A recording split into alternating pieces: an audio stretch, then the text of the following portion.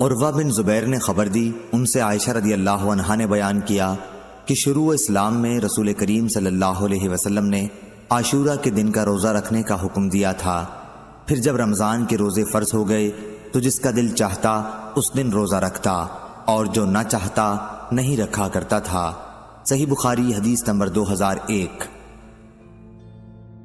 امام مالک رحمہ اللہ نے بیان کیا، ان سے ہشام بن عروہ نے اور ان سے ان کے والد نے اور ان سے عائشہ رضی اللہ عنہا نے بیان کیا کہ عاشورہ کے دن زمانہ جاہلیت میں قریش روزہ رکھا کرتے تھے اور رسول اللہ صلی اللہ علیہ وسلم بھی رکھتے۔ پھر جب آپ صلی اللہ علیہ وسلم مدینہ تشریف لائے تو آپ نے یہاں بھی عاشورہ کے دن روزہ رکھا اور اس کا لوگوں کو بھی حکم دیا، لیکن رمضان کی فرضیت کے بعد آپ صلی اللہ علیہ وسلم نے اس کو چھوڑ دیا اور فرمایا کہ اب جس کا جی چاہے اس دن روزہ رکھے اور جس کا جی چاہے نہ رکھے۔ صحیح بخاری حدیث نمبر 2002۔ حمید بن عبد الرحمن نے بیان کیا کہ انہوں نے معاویہ بن ابی سفیان رضی اللہ عنہ سے عاشورہ کے دن منبر پر سنا۔ انہوں نے کہا، اے اہل مدینہ، تمہارے علماء کدھر گئے؟ میں نے رسول اللہ صلی اللہ علیہ وسلم کو یہ فرماتے سنا کہ یہ عاشورہ کا دن ہے، اس کا روزہ تم پر فرض نہیں ہے، لیکن میں روزے سے ہوں، اور اب جس کا جی چاہے روزے سے رہے اور میری سنت پر عمل کرے اور جس کا جی چاہے نہ رہے۔ صحیح بخاری حدیث نمبر 2003۔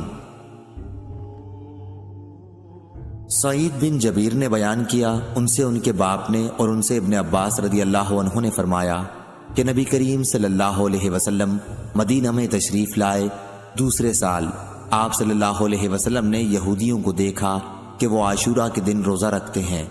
آپ صلی اللہ علیہ وسلم نے ان سے اس کا سبب معلوم فرمایا تو انہوں نے بتایا کہ یہ ایک اچھا دن ہے، اسی دن اللہ تعالیٰ نے بنی اسرائیل کو ان کے دشمن فرعون سے نجات دلائی تھی، اس لیے موسیٰ علیہ السلام نے اس دن کا روزہ رکھا تھا۔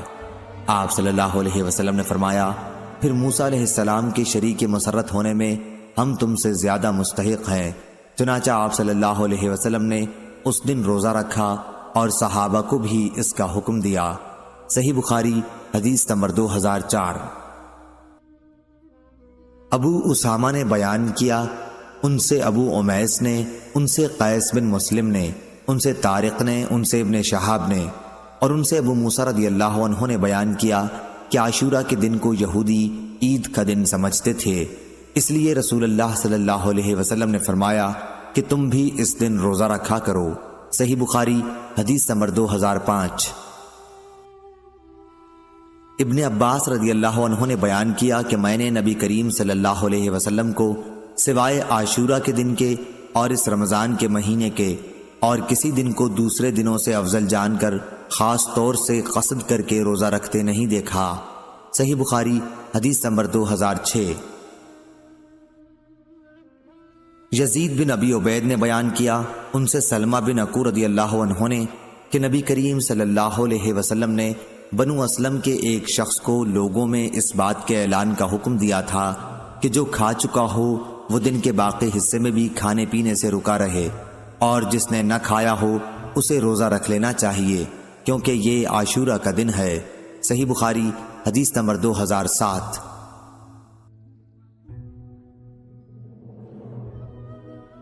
ابو سلمہ نے خبر دی، ان سے ابو ہریرہ رضی اللہ عنہ نے بیان کیا کہ میں نے رسول اللہ صلی اللہ علیہ وسلم سے سنا، آپ صلی اللہ علیہ وسلم رمضان کے فضائل بیان فرما رہے تھے کہ جو شخص بھی اس میں ایمان اور نیت اجر و ثواب کے ساتھ رات میں نماز کے لیے کھڑا ہو، اس کے اگلے تمام گناہ معاف کر دیے جائیں گے۔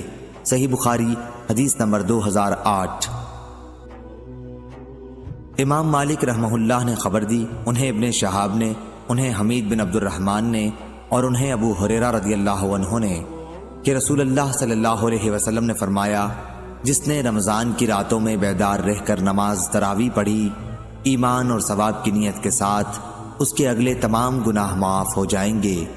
ابن شہاب نے بیان کیا کہ پھر نبی کریم صلی اللہ علیہ وسلم کی وفات ہو گئی اور لوگوں کا یہی حال رہا، الگ الگ اکیلے اور جماعتوں سے تراویح پڑھتے تھے۔ اس کے بعد ابو بکر رضی اللہ عنہ کے دور خلافت میں اور عمر رضی اللہ عنہ کے ابتدائی دور خلافت میں بھی ایسا ہی رہا۔ صحیح بخاری حدیث نمبر 2009۔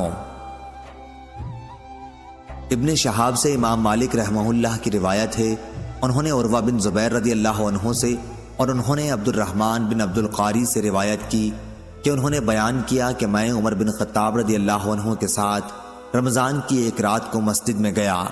سب لوگ متفرق اور منتشر تھے، کوئی اکیلا نماز پڑھ رہا تھا اور کچھ کسی کے پیچھے کھڑے ہوئے تھے۔ اس پر عمر رضی اللہ عنہ نے فرمایا، میرا خیال ہے کہ اگر میں تمام لوگوں کو ایک قاری کے پیچھے جمع کر دوں تو زیادہ اچھا ہوگا۔ چنانچہ آپ نے یہی ٹھان کر ابی ابن کعب رضی اللہ عنہ کو ان کا امام بنا دیا۔ پھر ایک رات جو میں ان کے ساتھ نکلا تو دیکھا کہ لوگ اپنے امام کے پیچھے نماز تراویح پڑھ رہے ہیں۔ حضرت نے فرمایا، یہ نیا طریقہ بہتر اور مناسب ہے، اور رات کا وہ حصہ جس میں یہ لوگ سو جاتے ہیں اس حصے سے بہتر اور افضل ہے جس میں یہ نماز پڑھتے ہیں۔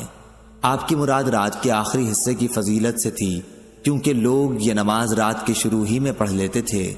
صحیح بخاری حدیث نمبر 2010۔ امام مالک نے بیان کیا، ان سے ابن شہاب نے، ان سے عروہ بن زبیر رضی اللہ عنہ نے، اور ان سے نبی کریم صلی اللہ علیہ وسلم کی زوجہ مطہرہ حضرت عائشہ رضی اللہ عنہا نے کہ نبی کریم صلی اللہ علیہ وسلم نے ایک بار نماز تراویح پڑھی اور یہ رمضان میں ہوا تھا۔ صحیح بخاری حدیث نمبر 2011۔ عروہ نے خبر دی اور انہیں عائشہ رضی اللہ عنہا نے خبر دی کہ رسول اللہ صلی اللہ علیہ وسلم ایک مرتبہ رمضان کی نصف شب میں مسجد تشریف لے گئے اور وہاں تراویح کی نماز پڑھی۔ کچھ صحابہ رضی اللہ عنہم بھی آپ صلی اللہ علیہ وسلم کے ساتھ نماز میں شریک ہو گئے۔ صبح ہوئی تو انہوں نے اس کا چرچا کیا، چنانچہ دوسری رات میں لوگ پہلے سے بھی زیادہ جمع ہو گئے اور آپ صلی اللہ علیہ وسلم کے ساتھ نماز پڑھی۔ دوسری صبح کو اور زیادہ چرچا ہوا اور تیسری رات اس سے بھی زیادہ لوگ جمع ہو گئے۔ آپ نے اس رات بھی نماز پڑھی اور لوگوں نے آپ کی اقتدا کی۔ چوتھی رات کو یہ عالم تھا کہ مسجد میں نماز پڑھنے آنے والوں کے لیے جگہ بھی باقی نہیں رہی تھی، لیکن اس رات آپ صلی اللہ علیہ وسلم برآمد ہی نہیں ہوئے، بلکہ صبح کی نماز کے لیے باہر تشریف لائے۔ جب نماز پڑھ لی تو لوگوں کی طرف متوجہ ہو کر شہادت کے بعد فرمایا، اما بعد، تمہارے یہاں جمع ہونے کا مجھے علم تھا، لیکن مجھے خوف اس کا ہوا کہ کہیں یہ نماز تم پر فرض نہ کر دی جائے اور پھر تم اس کی ادائیگی سے عاجز ہو جاؤ۔ چنانچہ جب نبی کریم صلی اللہ علیہ وسلم کی وفات ہوئی تو یہی کیفیت قائم رہی۔ صحیح بخاری حدیث نمبر 2012۔ امام مالک رحمہ اللہ نے بیان کیا، ان سے سعید مقبری نے، ان سے ابو سلمہ بن عبد الرحمن نے کہ انہوں نے عائشہ رضی اللہ عنہا سے پوچھا کہ رسول اللہ صلی اللہ علیہ وسلم تراویح یا تہجد کی نماز رمضان میں کتنی رکعتیں پڑھتے تھے، تو انہوں نے بتلایا کہ رمضان ہو یا کوئی اور مہینہ آپ صلی اللہ علیہ وسلم 11 رکعتوں سے زیادہ نہیں پڑھتے تھے۔ آپ صلی اللہ علیہ وسلم پہلی 4 رکعت پڑھتے، تم ان کے حسن و خوبی اور طول کا حال نہ پوچھو، پھر 4 رکعت پڑھتے، ان کے بھی حسن و خوبی اور طول کا حال نہ پوچھو، آخر میں 3 رکعت وتر پڑھتے تھے۔ میں نے ایک بار پوچھا، یا رسول اللہ صلی اللہ علیہ وسلم، کیا آپ وتر پڑھنے سے پہلے سو جاتے ہیں؟ تو آپ نے فرمایا، عائشہ میری آنکھیں سوتی ہیں لیکن میرا دل نہیں سوتا۔ صحیح بخاری حدیث نمبر 2013۔ سفیان بن عینہ نے بیان کیا، انہوں نے کہا کہ ہم نے اس روایت کو یاد کیا تھا اور یہ روایت انہوں نے ظاہری سے سن کر یاد کی تھی۔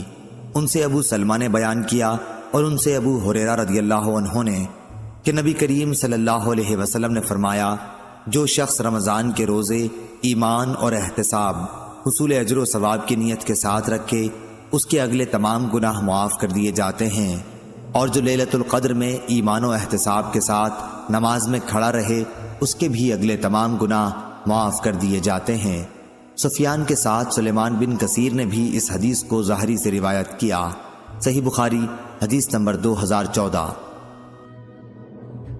امام مالک رحمہ اللہ نے خبر دی، انہیں نافع نے اور انہیں حضرت عبداللہ بن عمر رضی اللہ عنہ نے کہ نبی کریم صلی اللہ علیہ وسلم کے چند اصحاب کو شب قدر خواب میں رمضان کی 7 آخری تاریخوں میں دکھائی گئی تھی۔ پھر رسول اللہ صلی اللہ علیہ وسلم نے فرمایا، میں دیکھ رہا ہوں کہ تمہارے سب کے خواب 7 آخری تاریخوں پر متفق ہو گئے ہیں۔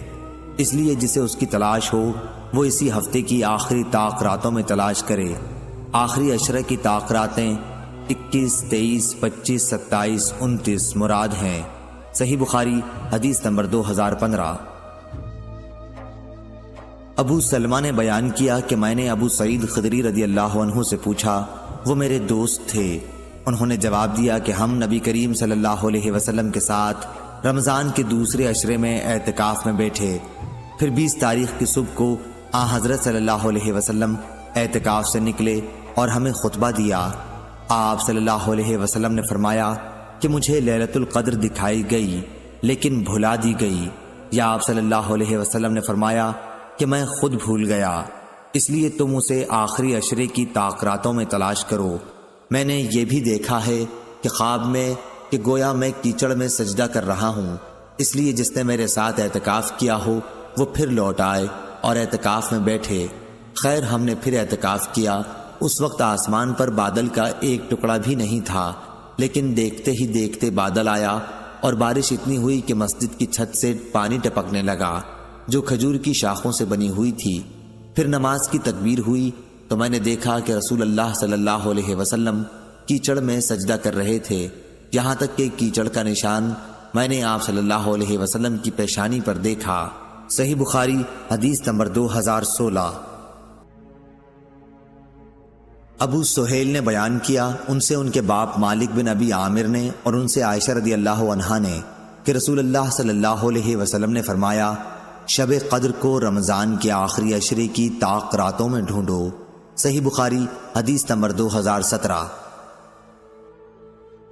عبدالعزیز دراوردی نے بیان کیا، ان سے یزید بن ہاد نے، ان سے محمد بن ابراہیم نے، ان سے ابو سلمہ نے اور ان سے ابو سعید خدری رضی اللہ عنہ نے کہ نبی کریم صلی اللہ علیہ وسلم رمضان کے اس عشرے میں اعتکاف کیا کرتے جو مہینے کے بیچ میں پڑتا ہے۔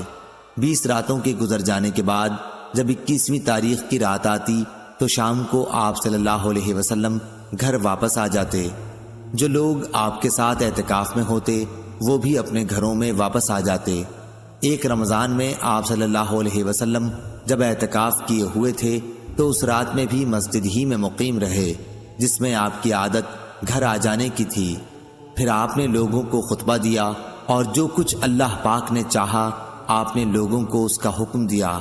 پھر فرمایا کہ میں اس دوسرے عشرے میں اعتکاف کیا کرتا تھا، لیکن اب مجھ پر یہ ظاہر ہوا ہے کہ اب اس آخری عشرے میں مجھے اعتکاف کرنا چاہیے، اس لیے جس نے میرے ساتھ اعتکاف کیا ہے وہ اپنے معتکف ہی میں ٹھہرا رہے۔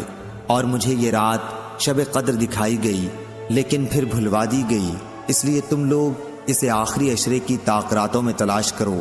میں نے خواب میں اپنے کو دیکھا کہ اس رات کیچڑ میں سجدہ کر رہا ہوں، پھر اس رات آسمان پر ابر ہوا اور بارش برسی۔ نبی کریم صلی اللہ علیہ وسلم کے نماز پڑھنے کی جگہ چھت سے پانی ٹپکنے لگا۔ یہ 21ویں کی رات کا ذکر ہے۔ میں نے خود اپنی آنکھوں سے دیکھا کہ آپ صلی اللہ علیہ وسلم صبح کی نماز کے بعد واپس ہو رہے تھے اور آپ کے چہرے مبارک پر کیچڑ لگی ہوئی تھی۔ صحیح بخاری حدیث نمبر 2018۔ ہشام بن عروہ نے کہا کہ مجھے میرے والد نے خبر دی، انہیں عائشہ رضی اللہ عنہا نے کہ نبی کریم صلی اللہ علیہ وسلم نے فرمایا، شب قدر کو تلاش کرو۔ صحیح بخاری حدیث نمبر 2019۔ عبدہ بن سلیمان نے خبر دی، انہیں ہشام بن عروہ نے، انہیں ان کے والد عروہ بن زبیر نے اور انہیں ام المومنین حضرت عائشہ رضی اللہ عنہا نے کہ نبی کریم صلی اللہ علیہ وسلم رمضان کے آخری عشرے میں اعتکاف کرتے اور فرماتے کہ رمضان کے آخری عشرے میں شب قدر کو تلاش کرو۔ صحیح بخاری حدیث نمبر 2020۔ ایوب سختیانی نے بیان کیا، ان سے اکرمہ نے اور ان سے ابن عباس رضی اللہ عنہ نے کہ نبی کریم صلی اللہ علیہ وسلم نے فرمایا، شب قدر کو رمضان کے آخری عشرے میں تلاش کرو، جب 9 راتیں باقی رہ جائیں یا 5 راتیں باقی رہ جائیں، یعنی 21 یا 23 یا 25ویں راتوں میں شب قدر کو تلاش کرو۔ صحیح بخاری حدیث نمبر 2021۔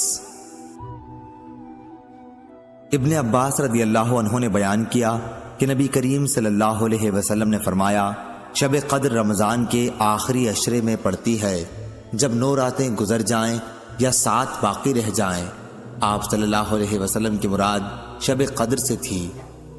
عبد الوہاب نے ایوب اور خالد سے بیان کیا، ان سے اکرمہ نے اور ان سے ابن عباس رضی اللہ عنہ نے کہ شب قدر کو 24 تاریخ کی رات میں تلاش کرو۔ صحیح بخاری حدیث نمبر 2022۔ عبادہ بن صامت رضی اللہ عنہ نے بیان کیا کہ رسول اللہ صلی اللہ علیہ وسلم ہمیں شب قدر کی خبر دینے کے لیے تشریف لا رہے تھے کہ دو مسلمان آپس میں کچھ جھگڑا کرنے لگے۔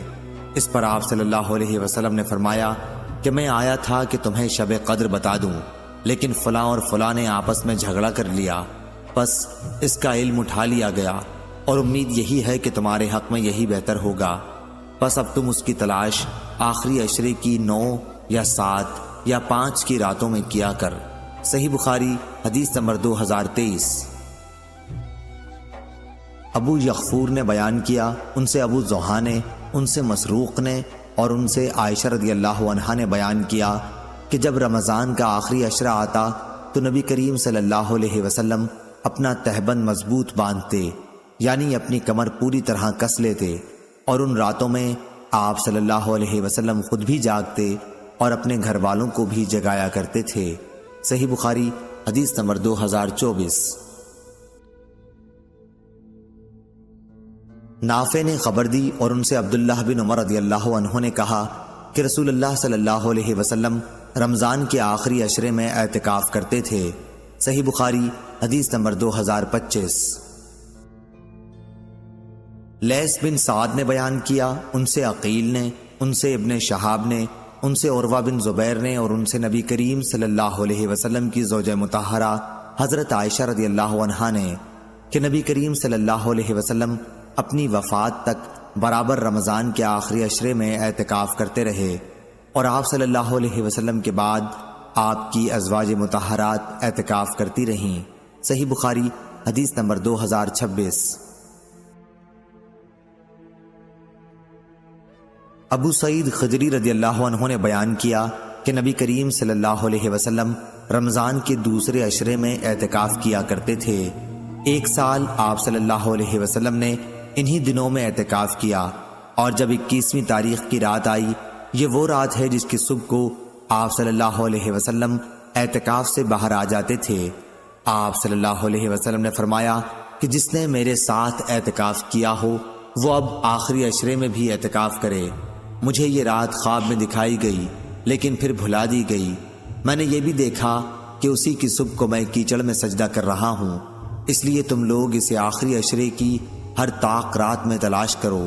چنانچہ اسی رات بارش ہوئی، مسجد کی چھت چونکہ کھجور کی شاخ سے بنی تھی اس لیے ٹپکنے لگی، اور خود میں نے اپنی آنکھوں سے دیکھا کہ 21ویں کی صبح کو رسول اللہ صلی اللہ علیہ وسلم کی پیشانی مبارک پر کیچڑ لگی ہوئی تھی۔ صحیح بخاری حدیث نمبر 2027۔ ہشام بن عروہ نے بیان کیا، کہا کہ مجھے میرے باپ نے خبر دی اور ان سے عائشہ رضی اللہ عنہا نے بیان کیا کہ نبی کریم صلی اللہ علیہ وسلم مسجد میں معتکف ہوتے اور سر مبارک میری طرف جھکا دیتے، پھر میں اس میں کنگھا کر دیتی، حالانکہ میں اس وقت حیض سے ہوا کرتی تھی۔ صحیح بخاری حدیث نمبر 2028۔ لیث بن سعد نے بیان کیا، ان سے ابن شہاب نے، ان سے عروہ اور عمرہ بنت عبد الرحمن نے کہ نبی کریم صلی اللہ علیہ وسلم کی زوجہ مطہرہ عائشہ رضی اللہ عنہا نے بیان کیا، حضرت صلی اللہ علیہ وسلم مسجد سے اعتکاف کی حالت میں سر مبارک میری طرف حجرے کے اندر کر دیتے اور میں اس میں کنگھا کر دیتی۔ حضور صلی اللہ علیہ وسلم جب معتکف ہوتے تو بلا حاجت گھر میں تشریف نہیں لاتے تھے۔ صحیح بخاری حدیث نمبر 2029۔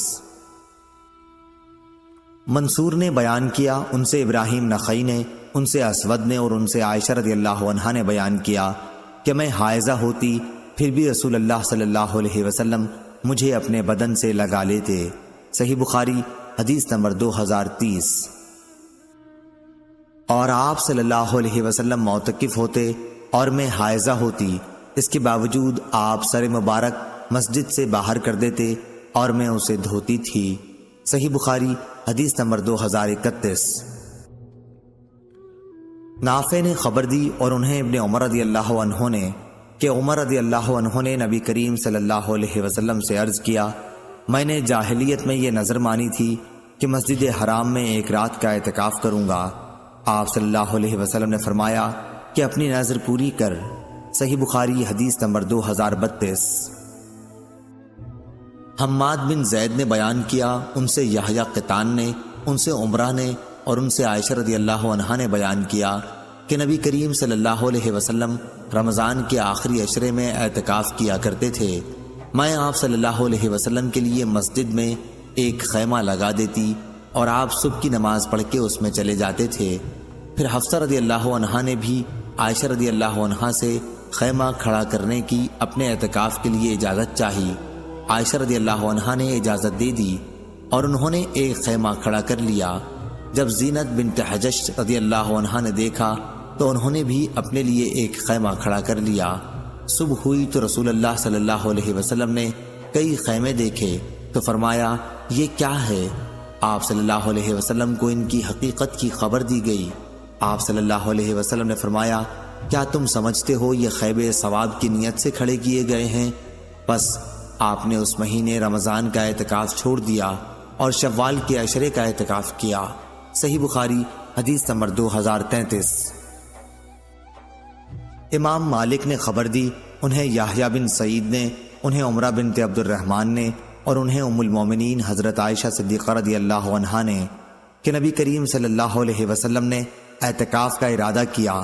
جب آپ صلی اللہ علیہ وسلم اس جگہ تشریف لائے یعنی مسجد میں جہاں آپ نے اعتکاف کا ارادہ کیا تھا تو وہاں کئی خیمے موجود تھے۔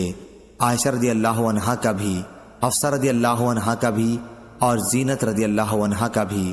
اس پر آپ صلی اللہ علیہ وسلم نے فرمایا، کیا تم یہ سمجھتے ہو کہ انہوں نے ثواب کی نیت سے ایسا کیا ہے؟ پھر آپ صلی اللہ علیہ وسلم واپس تشریف لے گئے اور اعتکاف نہیں کیا بلکہ شوال کے عشرے میں اعتکاف کیا۔ صحیح بخاری حدیث نمبر 2034۔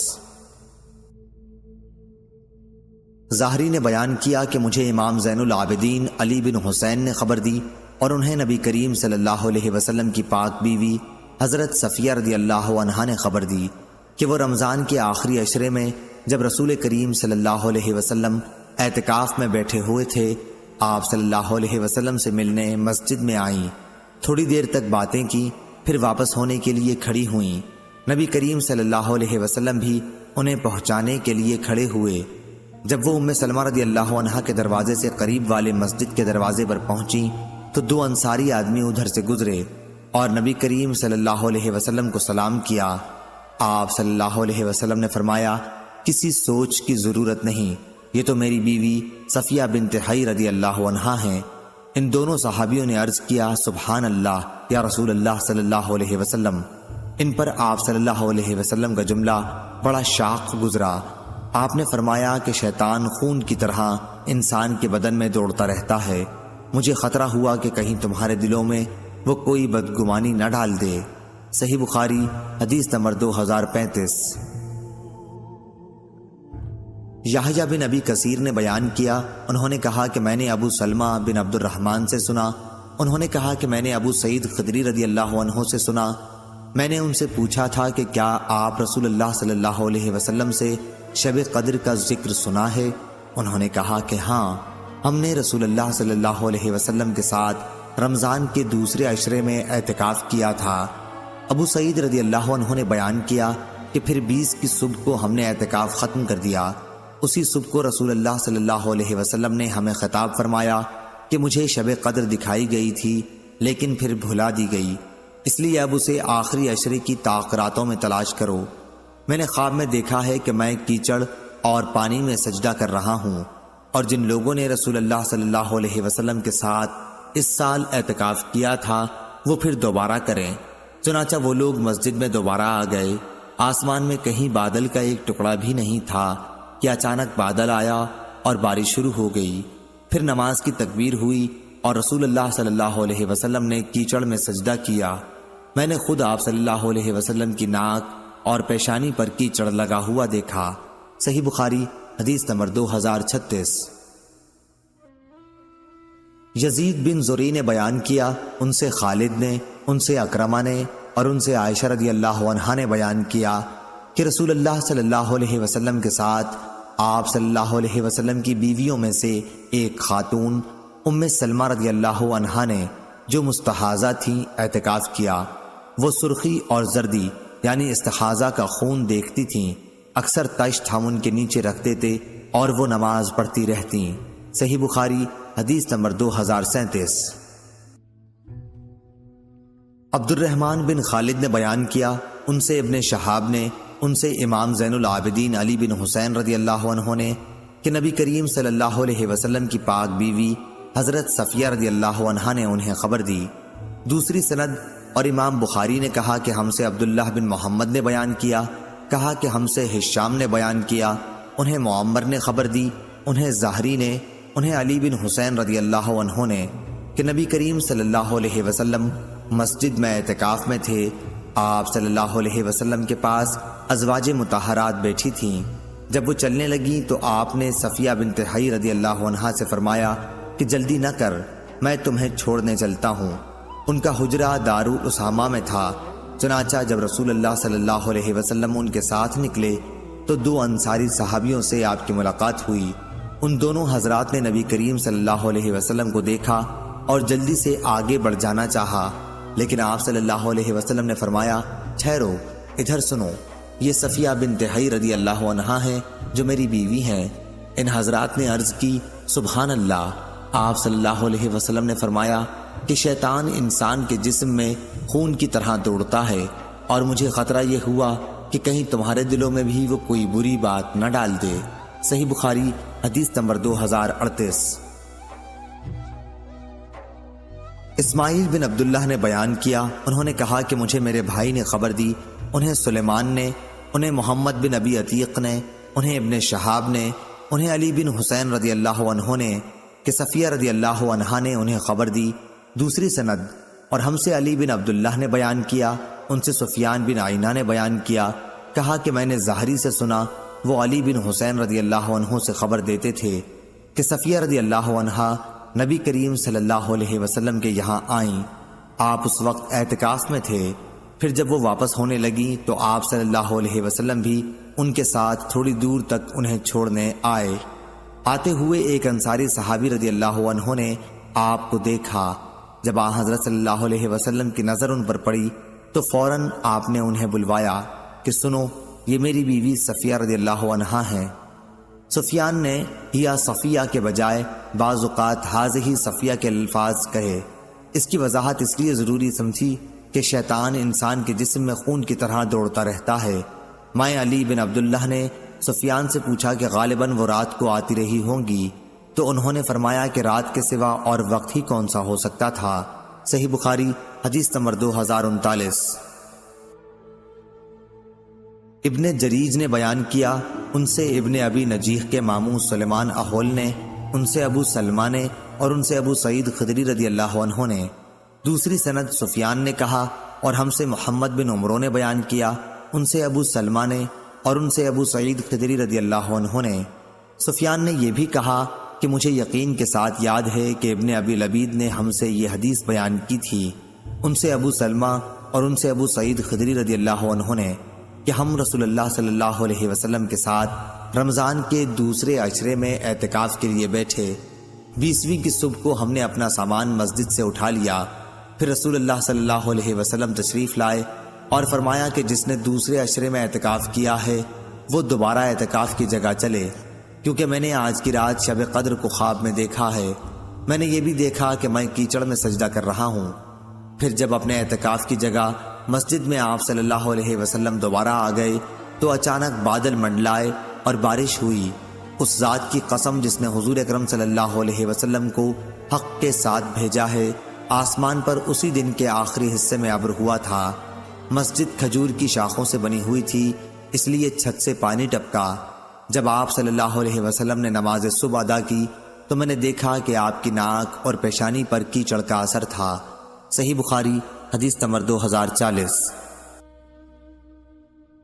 محمد بن فضیل بن غزوان نے خبر دی، انہیں یحییٰ بن سعید نے، انہیں عمرہ بنت عبد الرحمن نے، اور ان سے عائشہ رضی اللہ عنہا نے کہ رسول اللہ صلی اللہ علیہ وسلم ہر رمضان میں اعتکاف کیا کرتے۔ آپ صلی اللہ علیہ وسلم صبح کی نماز پڑھنے کے بعد اس جگہ جاتے جہاں آپ کو اعتکاف کے لیے بیٹھنا ہوتا۔ راوی نے کہا کہ حضرت عائشہ رضی اللہ عنہا نے بھی آپ صلی اللہ علیہ وسلم سے اعتکاف کرنے کی اجازت چاہی۔ آپ نے انہیں اجازت دے دی، اس لیے انہوں نے اپنے لیے بھی مسجد میں ایک خیمہ لگایا۔ حفصہ رضی اللہ عنہا زوجہ مطہرہ نبی کریم صلی اللہ علیہ وسلم نے سنا تو انہوں نے بھی ایک خیمہ لگا لیا۔ زینب رضی اللہ عنہا زوجہ مطہرہ نبی کریم صلی اللہ علیہ وسلم نے سنا تو انہوں نے بھی ایک خیمہ لگایا۔ صبح کو جب آن حضرت صلی اللہ علیہ وسلم نماز پڑھ کر لوٹے تو 4 خیمے نظر پڑے۔ آپ نے دریافت فرمایا یہ کیا ہے؟ آپ صلی اللہ علیہ وسلم کو حقیقت حال کی اطلاع دی گئی۔ آپ صلی اللہ علیہ وسلم نے فرمایا انہوں نے ثواب کی نیت سے یہ نہیں کیا بلکہ صرف ایک دوسرے کی ریس سے یہ کیا ہے۔ انہیں اکھاڑ دو، میں انہیں اچھا نہیں سمجھتا۔ چنانچہ وہ اکھاڑ دیے گئے، اور آپ صلی اللہ علیہ وسلم نے بھی اس سال رمضان میں اعتکاف نہیں کیا بلکہ شوال کے آخری عشرے میں اعتکاف کیا۔ صحیح بخاری حدیث نمبر 2041۔ عبداللہ بن عمر رضی اللہ عنہ نے بیان کیا، ان سے عمر بن خطاب رضی اللہ عنہ نے کہ انہوں نے پوچھا یا رسول اللہ صلی اللہ علیہ وسلم، میں نے جاہلیت میں نظر مانی تھی کہ ایک رات کا مسجد حرام میں اعتکاف کروں گا۔ حضور صلی اللہ علیہ وسلم نے فرمایا کہ پھر اپنی نظر پوری کر۔ چنانچہ عمر رضی اللہ عنہ نے ایک رات بھر اعتکاف کیا۔ صحیح بخاری حدیث نمبر 2042۔ ابو اسامہ نے بیان کیا، ان سے عبید اللہ نے، ان سے نافع نے، ان سے ابن عمر رضی اللہ عنہ نے کہ حضرت عمر رضی اللہ عنہ نے زمانے جاہلیت میں مسجد حرام میں اعتکاف کی نظر مانی تھی۔ عبید نے بیان کیا کہ میرا خیال ہے کہ انہوں نے رات بھر کا ذکر کیا تھا، تو رسول اللہ صلی اللہ علیہ وسلم نے فرمایا کہ اپنی نظر پوری کر۔ صحیح بخاری حدیث نمبر 2043۔ ابو بکر بن عیاش نے بیان کیا، ان سے ابو حسین عثمان بن عاصم نے، ان سے ابو صالح سمان نے، اور ان سے ابو ہریرہ رضی اللہ عنہ نے بیان کیا کہ رسول اللہ صلی اللہ علیہ وسلم ہر سال رمضان میں 10 دن کا اعتکاف کیا کرتے تھے، لیکن جس سال آپ کا انتقال ہوا اس سال آپ صلی اللہ علیہ وسلم نے 20 دن کا اعتکاف کیا تھا۔ صحیح بخاری حدیث نمبر 2044۔ عمرہ بنت عبد الرحمن نے بیان کیا، ان سے عائشہ رضی اللہ عنہا نے کہ رسول کریم صلی اللہ علیہ وسلم نے رمضان کے آخری عشرے میں اعتکاف کے لیے ذکر کیا۔ عائشہ رضی اللہ عنہا نے بھی آپ صلی اللہ علیہ وسلم سے اجازت مانگی، آپ نے انہیں اجازت دے دی۔ پھر حفصہ رضی اللہ عنہا نے عائشہ رضی اللہ عنہا سے کہا کہ ان کے لیے بھی اجازت لے دیں، چنانچہ انہوں نے ایسا کر دیا۔ جب زینب بنت حجرش رضی اللہ عنہا نے دیکھا تو انہوں نے بھی خیمہ لگانے کے لیے کہا اور ان کے لیے بھی خیمہ لگا دیا گیا۔ انہوں نے ذکر کیا کہ رسول اللہ صلی اللہ علیہ وسلم صبح کی نماز کے بعد اپنے خیمے میں تشریف لے جاتے۔ آج آپ صلی اللہ علیہ وسلم کو بہت سے خیمے دکھائی دیے۔ آپ نے فرمایا کہ یہ کیا ہے؟ لوگوں نے بتایا کہ عائشہ، حفصہ اور زینب رضی اللہ عنہم کے خیمے ہیں۔ اس پر آپ صلی اللہ علیہ وسلم نے فرمایا بھلا کیا ان کی ثواب کی نیت ہے؟ اب میں بھی اعتکاف نہیں کروں گا۔ پھر جب ماہ رمضان ختم ہو گیا تو آپ صلی اللہ علیہ وسلم نے شوال میں اعتکاف کیا۔ صحیح بخاری حدیث نمبر 2045۔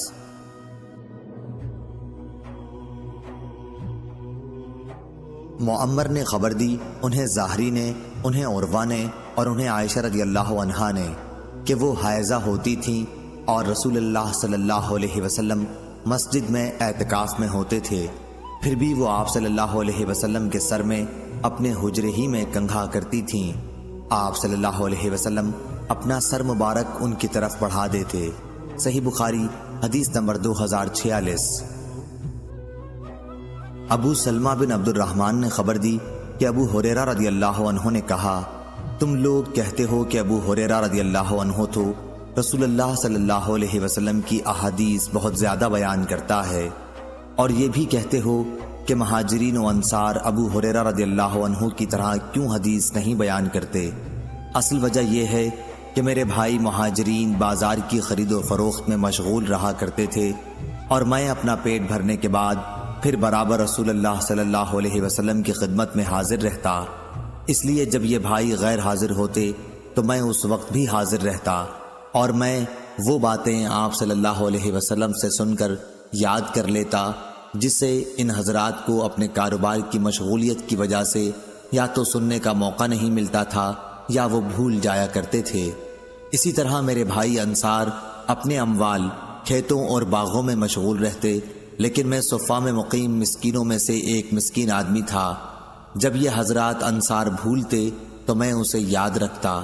ایک مرتبہ رسول کریم صلی اللہ علیہ وسلم نے ایک حدیث بیان کرتے ہوئے فرمایا تھا کہ جو کوئی اپنا کپڑا پھیلائے اور اس وقت تک پھیلائے رکھے جب تک اپنی یہ گفتگو نہ پوری کر لوں، پھر جب میری گفتگو پوری ہو جائے تو اس کپڑے کو سمیٹ لے، تو وہ میری باتوں کو اپنے دل و دماغ میں ہمیشہ یاد رکھے گا۔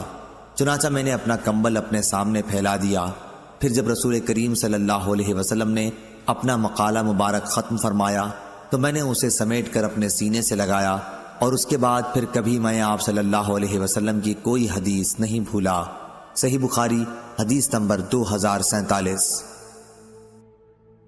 سعد نے بیان کیا، ان سے ان کے دادا ابراہیم بن عبد الرحمن بن عوف رضی اللہ عنہ نے بیان کیا کہ عبد الرحمن بن عوف رضی اللہ عنہ نے کہا کہ جب ہم مدینہ آئے تو رسول اللہ صلی اللہ علیہ وسلم نے میرے اور سعد بن ربیع انصاری کے درمیان بھائی چارہ کرا دیا۔ سعد بن ربیع رضی اللہ عنہ نے کہا کہ میں انصار کے سب سے زیادہ مالدار لوگوں میں سے ہوں، اس لیے اپنا آدھا مال میں آپ کو دیتا ہوں، اور آپ خود دیکھ لیں کہ میری 2 بیویوں میں سے آپ کو کون زیادہ پسند ہے، میں آپ کے لیے انہیں اپنے سے الگ کر دوں گا، یعنی طلاق دے دوں گا۔ جب ان کی عدت پوری ہو جائے تو آپ ان سے نکاح کر لیں۔ بیان کیا کہ اس پر عبد الرحمن رضی اللہ عنہ نے فرمایا، مجھے ان کی ضرورت نہیں، کیا یہاں کوئی بازار ہے جہاں کاروبار ہوتا ہو؟ سعد رضی اللہ عنہ نے سوق قینقاع کا نام لیا۔ بیان کیا کہ جب صبح ہوئی تو عبد الرحمن رضی اللہ عنہ پنیر اور گھی لائے۔ راوی نے بیان کیا کہ پھر وہ تجارت کے لیے بازار آنے جانے لگے۔ کچھ دنوں کے بعد ایک دن وہ رسول اللہ صلی اللہ علیہ وسلم کی خدمت میں حاضر ہوئے تو زرد رنگ کا نشان کپڑے یا جسم پر تھا۔ رسول اللہ صلی اللہ علیہ وسلم نے دریافت فرمایا، کیا تم نے شادی کر لی ہے؟ انہوں نے کہا کہ ہاں۔ آپ صلی اللہ علیہ وسلم نے دریافت فرمایا کہ کس سے؟ بولے کہ ایک انصاری خاتون سے۔ دریافت فرمایا اور مہر کتنا دیا ہے؟ عرض کیا کہ 1 گٹھلی برابر سونا دیا ہے، یا یہ کہا کہ سونے کی 1 گٹھلی دی ہے۔ پھر نبی کریم صلی اللہ علیہ وسلم نے فرمایا، اچھا تو ولیمہ کر، خواہ 1 بکری ہی کا ہو۔ صحیح بخاری حدیث نمبر 2048۔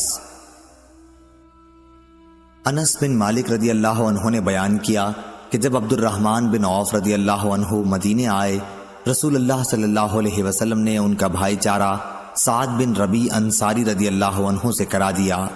سعد رضی اللہ عنہ مالدار آدمی تھے۔ انہوں نے عبد الرحمن رضی اللہ عنہ سے کہا، میں اور آپ میرے مال سے آدھا آدھا لے لیں، اور میں اپنی 1 بیوی سے آپ کی شادی کرا دوں۔ عبد الرحمن رضی اللہ عنہ نے اس کے جواب میں کہا، اللہ تعالیٰ آپ کے اہل اور آپ کے مال میں برکت عطا فرمائے، مجھے تو آپ بازار کا راستہ بتا دیجئے۔